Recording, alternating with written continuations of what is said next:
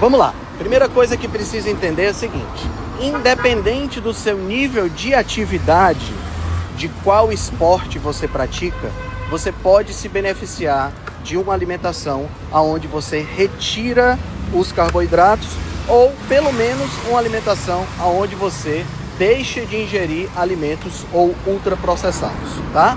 Então, nada de alimento, ultraprocessado só.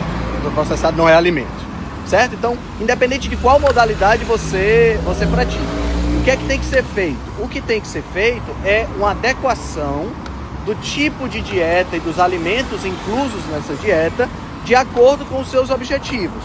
Se você não quer perder peso, se você tem uma composição corporal adequada, se você é saudável metabolicamente, não há razão para excluir carboidratos de fontes naturais.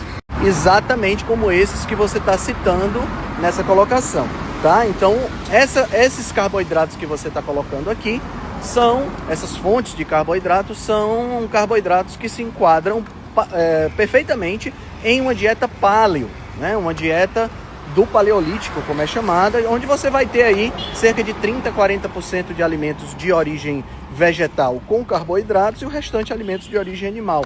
Não há nenhum problema nisso, tá certo? Eu só quero corrigir um ponto importante. Sem carboidratos você não sente fraqueza. É muito importante entender isso, é um erro muito comum. O que você vai perceber ao retirar carboidratos, e não estou dizendo que isso é seu caso, tá? Como eu falei, você pode usar essas fontes de carboidratos sem nenhum problema. Mas o que as pessoas percebem ao retirar os carboidratos é que o corpo demora um certo tempo para fazer o fenômeno que nós chamamos de cetoadaptação. Veja bem, desde que você saiu do peito da mãe, que nós começamos a consumir carboidratos, porque é a diretriz vigente, se entupir de carboidrato, 55% de carboidrato. Então você começa a introdução alimentar com papinha de fruta, com purê de batata, com essa coisa toda, abóbora, esse babado todo. Então o que acontece? O seu corpo vai se adaptando a ser um carb burner, ou seja, um queimador de carboidrato.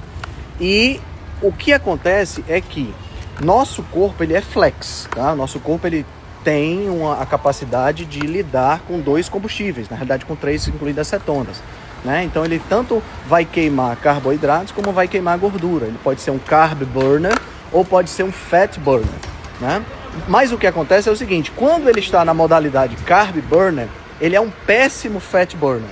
Isso acontece porque para queimar o carboidrato, ele tem um grupo de enzimas que são utilizadas, e para queimar a gordura tem que haver uma mudança enzimática, mas não só isso.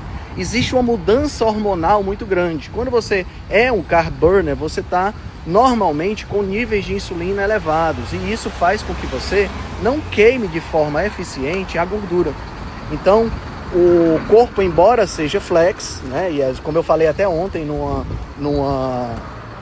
nos stories, o corpo é flex e a gente não é digital, né? Então a gente está sempre queimando vários combustíveis ao mesmo tempo. Mas em uma situação de queima de carboidrato, você acaba queimando muito pouca gordura ou pouca gordura. E aí o que acontece? Quando você está queimando pouca gordura e você tira o carboidrato, a mudança enzimática e hormonal que acontece demora um tempo para você se adaptar. Então o que você está percebendo na realidade não é uma fraqueza. O que você está percebendo na realidade é o seu corpo tentando tirar a energia da gordura e não está conseguindo, porque hormonalmente você não está propenso a isso, certo? Outro ponto que também pode influenciar nessa sensação de adaptação é relacionado aos eletrólitos. Toda vida que você corta os carboidratos, que você tira os carboidratos da dieta, ou que você mesmo diminui, você ocasiona uma maior eliminação de sódio pela urina. Essa eliminação acontece porque a baixa de insulina acaba por deixar os canais SGLT2 nos rins funcionando abertamente, então você acaba perdendo mais sódio. E esse sódio precisa ser reposto. Muitas vezes, durante um treino, né, principalmente um treino em jejum, você acaba eliminando mais sódio pelo suor e precisa repor isso aí. E a sensação é uma sensação muito parecida com a sensação de fraqueza. Uma sensação como se você tivesse mais fraco, sem energia. Então essa história todinha que eu estou contando é exatamente só para fazer essa pequena correção. Uma dieta de baixo carboidrato, ela não te gera fraqueza. É um período de adaptação, que a gente chama de cetoadaptação.